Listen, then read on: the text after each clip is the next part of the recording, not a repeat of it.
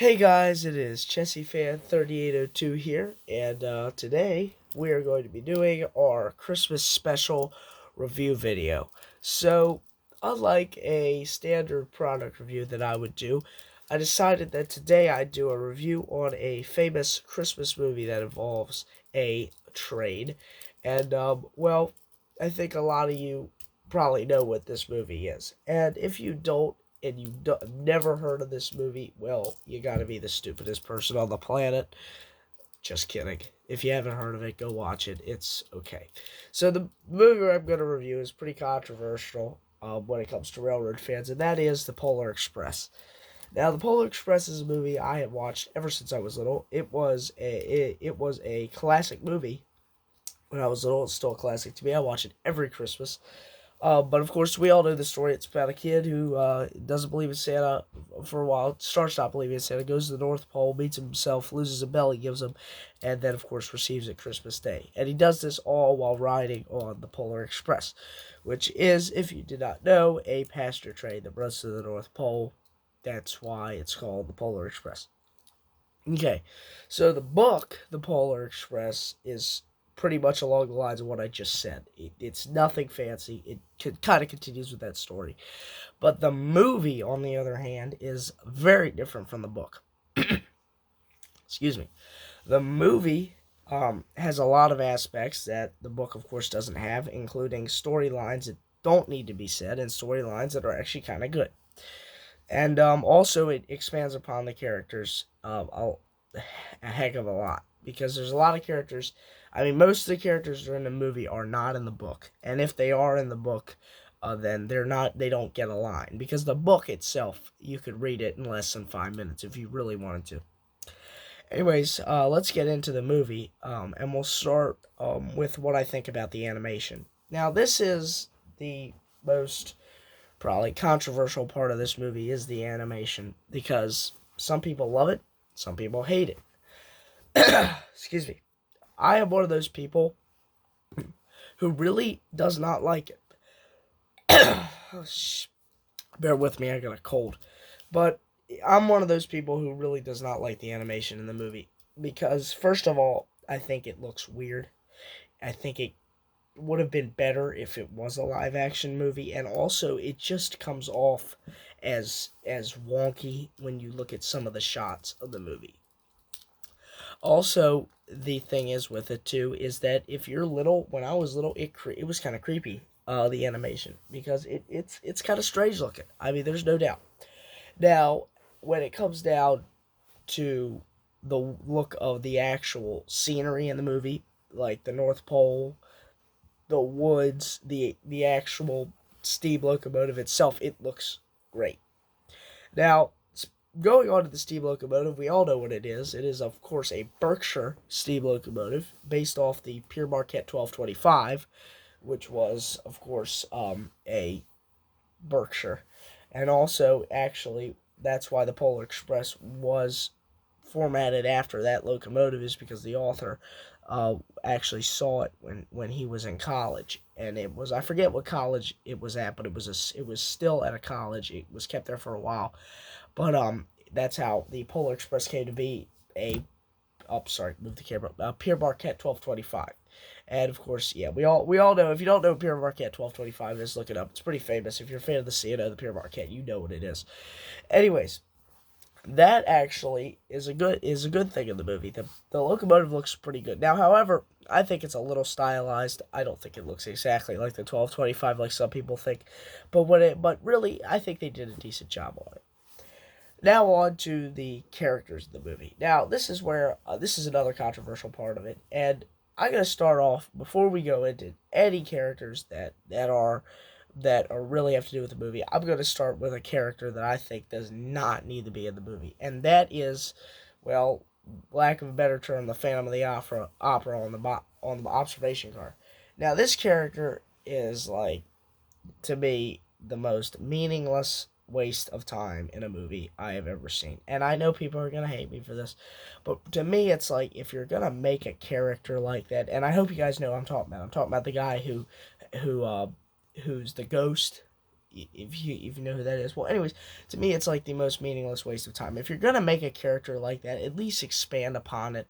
I mean, really, they do a little bit, but they don't do a lot. And to me, it's like that whole what is it, whole 8 minutes where he's in there speaking to the boy. To me, that, that's time I could be looking at the engine. That's time I could be looking at more scenery. That's time I could be maybe expanding upon the characters that make sense. So just had to get that out of the way that I think that guy is kind of ridiculous. It's not needed. I mean, really, if you think about it, what in the end does he actually do for that movie? In seriously, if you really want to be clear, think about it a second. What does he actually do that makes sense? And nothing. Okay, nothing. And I know I'm being a little hateful here, but honestly, it's because to me, every time I watch the movie, I skip ahead that part. And thanks for having on demand for that. Just my whole thing. All right, the next character we're going to talk about is probably the favorite of most people, and that is Tom Hanks's conductor character. Now, he is actually one of my favorite characters in the movie. I think that character was done very well. I think Tom Hanks did an excellent job voicing him. I also think that really they did an excellent job. He was one of the better ones that were animated, I think. And he really did. Of course, if you're a fan of the Polar Express, that's who you wanted to be in the movie. If you were playing the game outside at recess, that's who you wanted to be. Now, the thing is with him is that he, of course, is Tom Hanks' voice, but the you can definitely see the sense that there's a character there in that character. I think for the time he gets, he really is a very good character for that movie, and I appreciate that he's in the movie. So yeah, so that's probably my favorite character in the whole movie. All right, the next character we're going to talk about, of course, is the one that a lot of people and that's the boy. Now, the boy I have mixed feelings about. In the book, he didn't. I mean, literally, he was the main character in the book. But when I say main character, I say that with a great assault because there really wasn't a definitive character in the book. It was all different. It was all kind of a story. There was, and I know you have to have a main character in a story, but the story is kind of just face forward. I mean, really, it's just the simple children's book. But in the movie, the character is expanded upon. Now, for the first about until they get to the North Pole, it's like I don't know if you notice this or is it just a me thing, but I feel like he literally just sits there with a frown on his face for the whole what is that whole hour before they get to the North Pole. And to me, it's kind of like, okay, he does some things on the way there. He climbs on top of the roof, but it always seems like that he's always in a bad mood. I don't know what that is.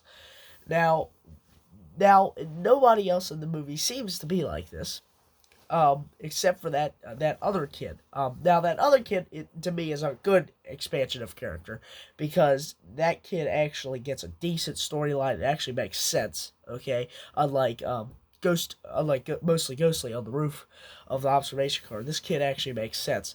Now, now when it comes down to this, of course, when I say this, I of course am a bigger fan of the book as you've already realized. But the thing is that if you're gonna do something and you do it right, well, props to you. And I think that's what they did with that boy. I think that really they did a decent job with it. They they actually finally fixed the problem he was having. He was having fun on the Polar Express for once because he was in the observation car for half the film. Uh, which and who would? I mean, you kind of get that feeling of, oh, I'm sorry for this kid, and that's a good thing. So that's good when it makes you feel emotional about something in a movie, and to me that it's great. That's how I feel about other movies, like It's a Wonderful Life, all other Christmas movies, most of them anyway. You have that kind of feeling, and that's always a good thing to have, because then of course in the end you think about it, and you're like, wow, that really was nice, and that's what they kind of did with that movie. With the Polar Express, they got that in there, and that was of course was good. All right, the next character we're going to talk about is the girl. Now, the girl is credited as Hero Girl in the DVD release because there really isn't, like, they never say names in the movie at all. So I don't know why. I think it's because it kind of keeps that magical feeling. I say that once again with a grain of salt. But the thing is with that is that I think that girl actually was another good character because she brought out the good in the one kid, and she helped the other kid, and I think in the end she was really the one that if she wasn't there, I think the movie would have flopped, and it's good to see.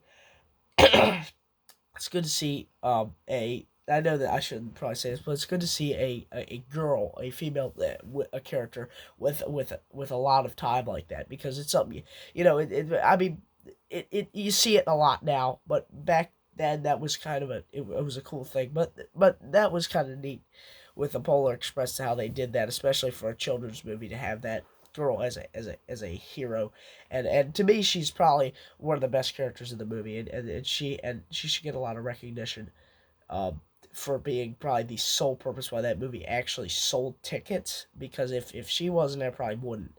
But that whole thing was good.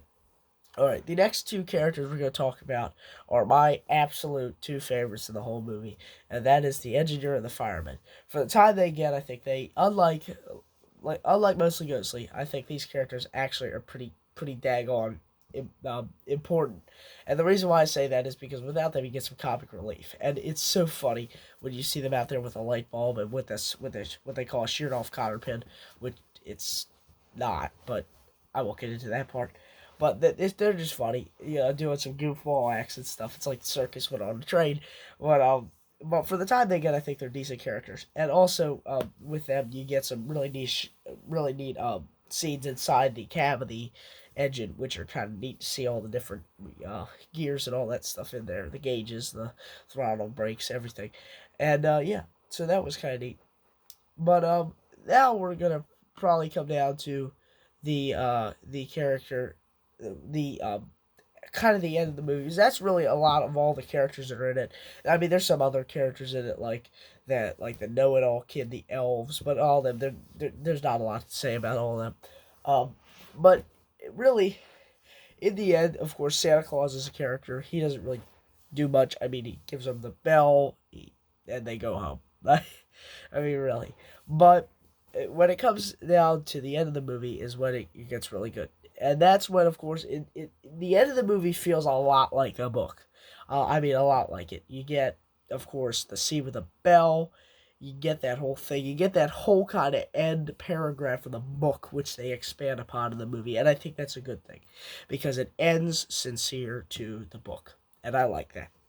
I like when movies try to at least keep a little bit accurate with the book. So, yeah, the ending was definitely very good for that movie. I think it definitely had its good point. And really, the Polar Express in full, looking at the whole spectrum here, the Polar Express isn't the worst movie that's been ever made, but it's not the best movie that's been ever made.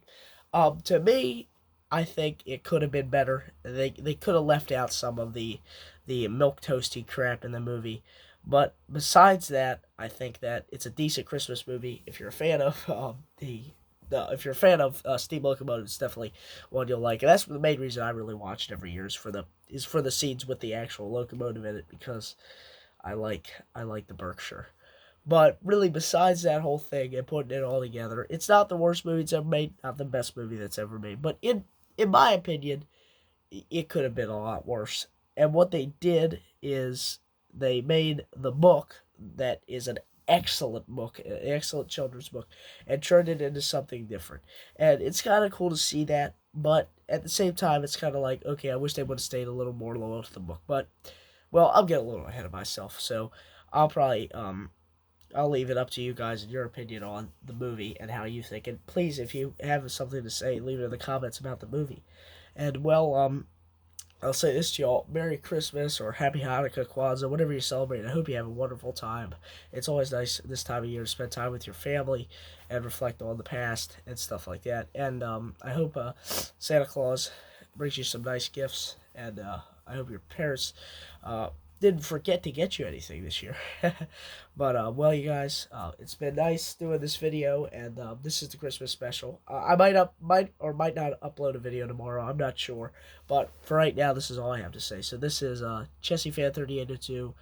Have a Merry Christmas, y'all. Thanks.